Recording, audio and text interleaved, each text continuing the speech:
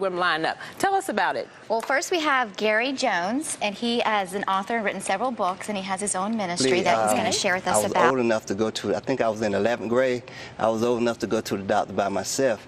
So when I was in the examining room, I asked him, I told him how I was feeling, and he said, I think you were suffering from depression, and I want to send you to a doctor. I started working inside the prison. I've been retaliated against, and it got to the point. See, when I grew up, you know, I was taught doing to others as you are doing to you. And you know, when I was on a job, it didn't. It just didn't fare out that way. It just didn't play out that way. Right. It's almost so like welcome to the real world. Whatever I tell you, you do it. I don't care what's right or wrong. And even though you're doing the right things, you were not reaping the right benefits from That's correct. doing the right way. And so eventually, the retaliation got so bad that I had to.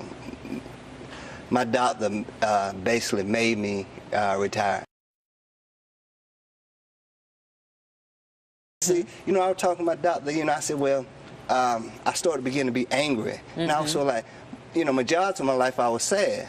Now I become angry. He said, well, depression is just basically it manifests, you know. Anger suppressed. Yes, anger suppressed. Sadness depressed. Everything is depressed down, and you don't know how to deal with those emotions, and so they have to manifest in different ways. And see, and that's what's going on with our children today. And I think we need to put more energy, I mean, you know, more finance, more counseling, because it's going to get worse. And people do not want to go get any help. Because of the stigma.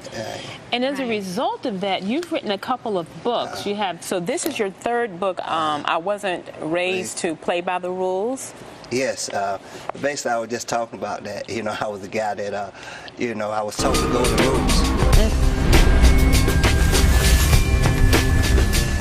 He is the author of I Wasn't Raised to Play by Their Rules.